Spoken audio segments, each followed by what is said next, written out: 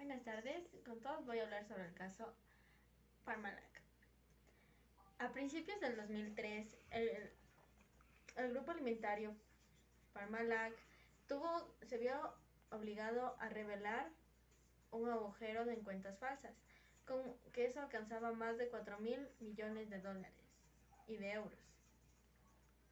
Al demostrarse que era falsa el documento de Love American, una financiación desde las Islas Caimán, el contagio de la corrupción y los fraudes fiscales de las empresas multinacionales se extienden como pólvora, creando enorme desconfianza entre los bancos y las sedes de todo el mundo, incluyendo las de Estados Unidos, como Enron, WorldCom, Típico International, IBM System, entre otras. Ahora aparece con un inmenso desfalco contable la firma italiana Parmalat, que cuenta con representaciones en más de 30 países y más de 36.000 empleados, los cuales fueron más afectados en cuanto al desempleo. En su crecimiento fueron los mayores bancos del mundo los que apoyaron a esta firma italiana de Parmalat, como el Bank of America, JP Morgan, Citigroup. El escándalo estalló a finales del 2003, cuando una investigación de auditoría destapó la falsedad de un documento que garantizaba 3.950 millones de euros en una cuenta de paraísos fiscales. Poco a poco las investigaciones y los investigadores italianos fueron descubriendo que la empresa había estado utilizando empresas constituidas en paraísos fiscales para registrar activos que en realidad no existían en las empresas por los países fiscales, y esta contabilidad falsa llevaba más de 15 años. Si yo hubiera sido el gerente financiero en ese entonces, hubiera tomado el indicador contable. ¿Por qué? Porque haría auditorías todos los años o todos los meses.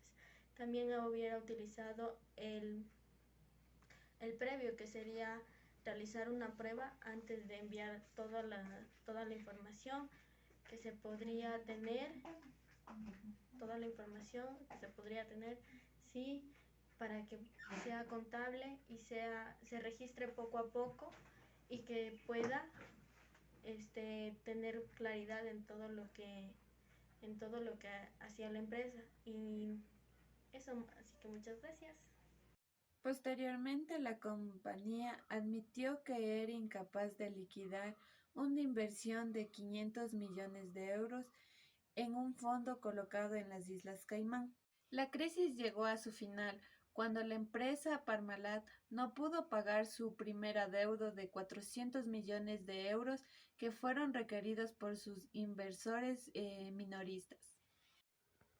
En una plaza brasileña el 17 de diciembre, bancos de crédito y estados italianos intentaron salvar a la compañía, otorgando créditos para solventar sus deudas, pero el hueco contable resultaba ser demasiado profundo, lo que fue imposible saldar sus cuentas, por lo que conllevó a la bancarrota empresarial y a una declaración de insolvencia por un juez.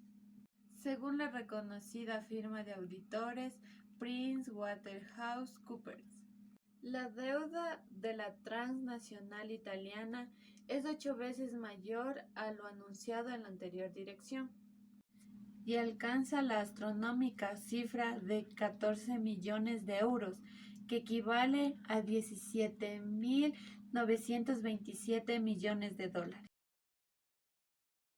PricewaterhouseCoopers, que realizó los arqueos con el banco de negocios Mediobanca y Luce, informó que las disponibilidades financieras del coloso de la alimentación italiana no son importantes, aunque Parmalat anunció que puede abonar a los proveedores, con excepción de Brasil y Estados Unidos, donde se han creado unidades de crisis para asistir a los ejecutivos locales.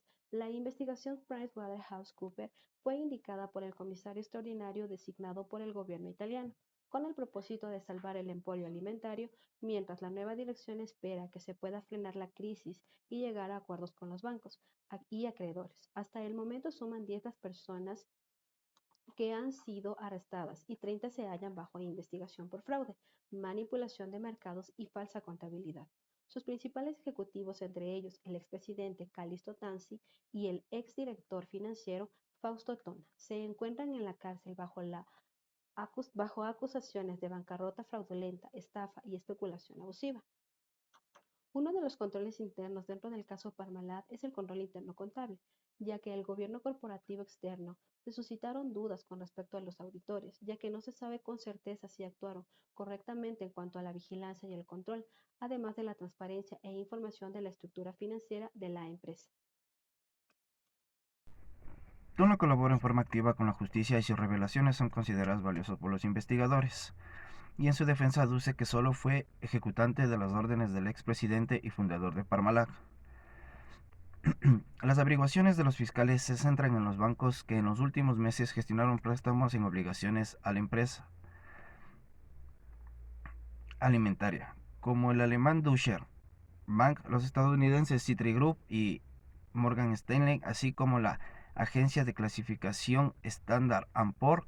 A finales de enero, los policías italianos registraron las sedes milanesas de estos tres bancos y de la SIP, cuyos responsables fueron interrogados por los fiscales como personas informadas de los hechos. Deutsche Bank gestionó en septiembre pasado un préstamo en obligaciones de Parmalat por 350 millones de euros, pocas semanas después de descubrirse hueco contable en la compañía. Uno de los controles que se aplicaría dentro de caso Parmalat puede ser un control previo, donde se pueda controlar las entradas y salidas del dinero, ya que como bien se sabe, el dueño de esta empresa realizaba desvíos de dinero a futuros herederos, provocando un déficit completamente de la empresa y dando como resultado la pérdida total. Adicional a esto, se realiza un control previo netamente enfocado en el área de contabilidad, para salvaguardar el estado financiero y evitando maquillaje en las cuentas, ya que como bien sabemos, Parmalat lo hace durante 15 años, en cuentas tales como ventas, cuentas por cobrar y bancos. A realizar un control previo que sea periódico o sorpresivo donde nos evidencia la información otorgada por el área de contabilidad, que puede ser verídica, se puede verificar y confiablemente, así para evitar cualquier irregularidad en la empresa. Las pesquisas se encaminan a aclarar si en la información que el banco ofreció a Standard Poor's para que analizara las operaciones se ocultaron datos en contubernio con los dirigentes de la empresa colapsada. Standard Poor's era la única agencia internacional que confirmaba y calificaba los títulos y bonos de la transnacional, y hasta la tardía fecha del 9 de diciembre no había advertido sobre ningún riesgo a los inversores. Con mucha inseguridad, los ejecutivos de Standard Poor's dijeron a la prensa que resultaba evidente que nos engañaron durante largo tiempo con el dato que nos enviaba Parmalat y sus auditores. Para que se tenga una idea hasta dónde llega el daño producido por el desfalco contable, se conoce que solo en Italia han sido afectados 115.000 inversionistas, en Argentina 450.000 propietarios de bonos del Tesoro del Estado, y desde Alaska un fondo de pensiones de carpinteros reclama $1.000 millones. El control interno que se debió aplicar era una adecuada revisión de la información financiera con un cambio periódico de auditores externos. Además, tener procedimientos de control en cada departamento y que la información no sea proporcionada por una sola área de la empresa.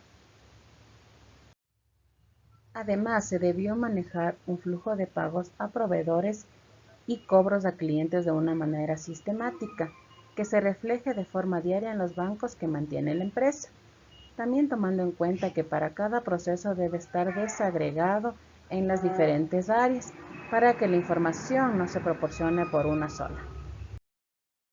Buenas tardes, como ya han escuchado a mis demás compañeros, el caso Parmalat, bueno, aquí les vamos a dar unas últimas cositas y unos pequeños detalles. El expresidente Calixto Tanzi, de 65 años, que según se afirma padece problemas cardíacos que se ha acrecentado tras el desfalco. Heredó a finales de la década de 1950 una pequeña lechería de Parmalat, capital gastronómica. Esto es un poquito más de la historia, de cómo empezó y pues cómo terminó, como ya saben, que fue un desfalco fatal de la empresa. Entonces, la existencia en Italia fue la capital de la gastronomía en Italia. En 1961 desafió el monopolio del mercado de la leche en Italia. Poco a poco Parmalat fue una de las primeras marcas productoras en desarrollar como clave una hegemonía de sus productos, una larga vida pasteurizada de una alta temperatura. La compañía aumentó los mercados a los 30 países productoras de yogur, zumo de frutas, galletas. En el 2002, la facturación sumó 7.600 millones de euros. Parmalat hoy se encuentra entre las primeras compañías a nivel mundial. Ha cometido mayores fraudes fiscales de la historia, lo cual al parecer se ha convertido en una práctica habitual entre las empresas multinacionales. Entonces, a pesar de que tuvo el desfalco más grande del mundo, o más mayor, aún sigue siendo una de las primeras compañías a nivel mundial. Como indicadores financieros hubiera ocupado el de administrativo y el posterior, el administrativo, para saber qué controlo, cuál es mi personal que voy a controlar, cuál es el, el personal que entra a mi fábrica y contratar, o sea, investigar más sobre las personas que contrato. El posterior, hacer una prueba de los balances, bueno, no una prueba, una pequeña auditoría de todos los balances para saber cómo hubiera, o sea, saber cómo está la empresa y qué ha faltado y qué ha aumentado. Aunque maquillaban sus balances, hubiera contratado personas de confianza, que no se les vea con avaricia, creo. Aunque hoy en día confiar en las personas no es tan fácil. Entonces, tener un poco, o llevar uno mismo la contabilidad y uno mismo ve, o poner una trampa para aquella persona que quiera hacer un desfalco o algo así. Entonces, espero les haya gustado nuestro video. Este es el caso de Parmalat y muchas gracias por todo.